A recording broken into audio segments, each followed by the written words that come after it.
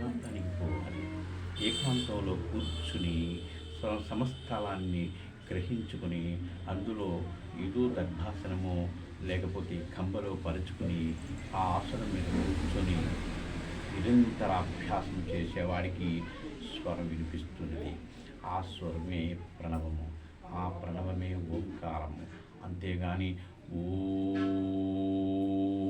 ఓమని కందిరీకరిచినట్టు ఝాంకరించేటువంటి ఓంకారము కాదు. ఇది శాస్త్ర సమ్మతము కాదు. ఓంకారం అంటే అకార మకార ఉకారములు సమ్మేళన చేసి అనాహత చక్రము ద్వారా వచ్చేటువంటి ఆ శబ్దం ద్వారా లోపల మనకు ఉండేటువంటి ప్రాణగ్రంథి, ఆ ప్రాణగ్రంథి కంఠములో ఉంటుంది.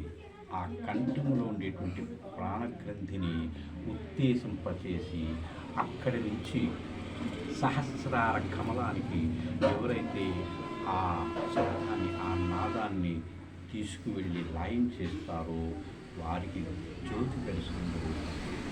ఆ విధంగా చేసేటువంటి వారు ఎవరైతే ఉన్నారో వారిని సిద్ధయోగులు అని అన్నారు. ఆ సిద్ధయోగ సంప్రదాయంలో నేను దగ్గర ఇంచుమించు 32 సంవత్సరాల క్రితము నా గురుదేవుడైనటువంటి ఆ అంతర్ముఖానంద వారి దగ్గర నేను విద్య పొంది అరణ్యానికి పోయి ఘోర తపస్సు, ఘోర సాధన చేశాను. ఆ సాధన చేయడంలో ఆ నాదాన్ని గ్రహించి నేను, ఆ జ్ఞానాన్ని పొందినటువంటి నేను ఇవాళ వందలాది వేలాది మందికి ఈ విద్యను నేను అందించడానికి ఉపక్రమించాను. నా గురువు యొక్క అనుగ్రహంతో ఈ విద్యను 10 మందికి నేను తెలియచేస్తున్నాను. అలా తెలియచేసేటువంటి నాదం ఏదైతే ఉన్నదో అది సనాతన కాలము నుండి వస్తున్నటువంటిది. ఆ నాదాన్ని ఎవరైతే ఉపదేశం చేస్తారో వారు సనాతన ధర్మాన్ని ఆచరించిన వాళ్ళు అవుతారు. సనాతన ధర్మము అంటే అది లోపల లోపల లోపల లోపల అనాహత చక్రము నుండి ఆ యొక్క ఆ కమలము ఏది హృదయ కమలము. హృదయ కమలం అంటే చాలామంది నా హృదయం అంటే ఇదే నా హృదయం అని చెప్తారు. హృదయం అంటే ఇది కాదు. ఇది లబ్డబ్ అని కొట్టుకునే గుంటికాయ. శరీరంలో ఇది ఒక పాట మాత్రమే. నీకు లోపల విషయం ఎక్కడ స్ఫురిస్తున్నదో, ఎక్కడ ఆలోచన పుడుతున్నదో, ఎక్కడ గ్రహించగలుగుతున్నావో, ఎక్కడ వినగలుగుతున్నావో అది హృదయము. అట్టి హృదయాన్ని తెలుసుకుని నీ మనసును, నీ బుద్ధిని, నీ చిత్తాన్ని ఆ హృదయంలో లయింపచేసినట్లయితే అప్పుడు కలుగుతుంది సమాధి స్థితి, నిశ్చల స్థితి. నువ్వు ఏ స్థితి అంటే అనుకో. సత్సంగత్వే నిస్సంగత్వం, నిస్సంగత్వే నిర్మోహత్వం, నిర్మోహత్వే నిశ్చలతత్వం, నిశ్చలతత్వే జీవనతి. అలాంటి నిశ్చల స్థితిని పొందిన వాళ్ళకు మాత్రమే ఇక్కడ మోక్షప్రాప్తి అనేది, ఆ సమాధి స్థితి అనేది కలుగుతున్నది. అంతేగాని ఏవో సంబరాలు చేసుకుని ఇంతవరకు పెద్ద పెద్ద గజమాలలో, ఆ మాలలో, ఈ మాలలో వాళ్ళ ప్రేమ కొలిది, వాళ్ళ భక్తి కొలిది చేయవచ్చును. కానీ ఎంత చేసినప్పటికీ ఇదంతా బాహ్యమైనటువంటి వ్యవహారం మాత్రమే.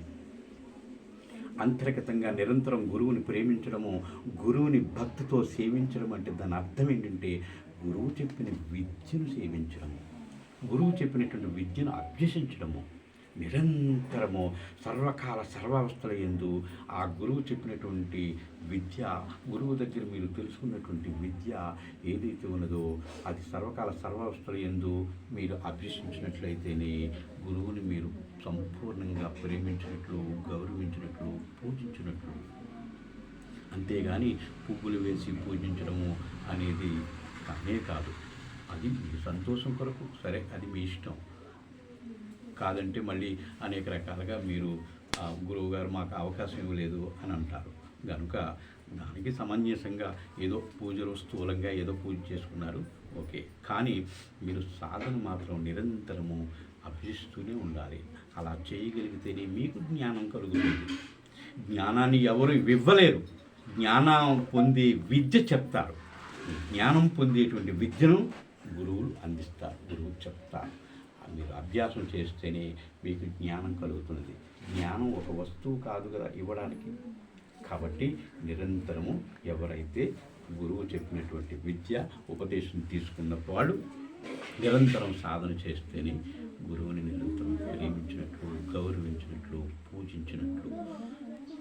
కాబట్టి ఈ సనాతనమైనటువంటి ఈ విద్యను వేదాంతే చ స్వరప్రోక్తో వేదాంతే చ ప్రతిష్ఠిత తస్య ప్రకృతిలీనస్య యః పరస్య మహేశ్వరః.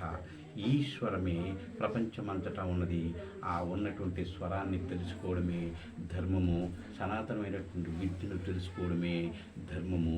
విద్యావంతుడు యోగి మాత్రమే సద్ధర్మనిష్ఠుడై వ్యవహరించగలుగుతాడు.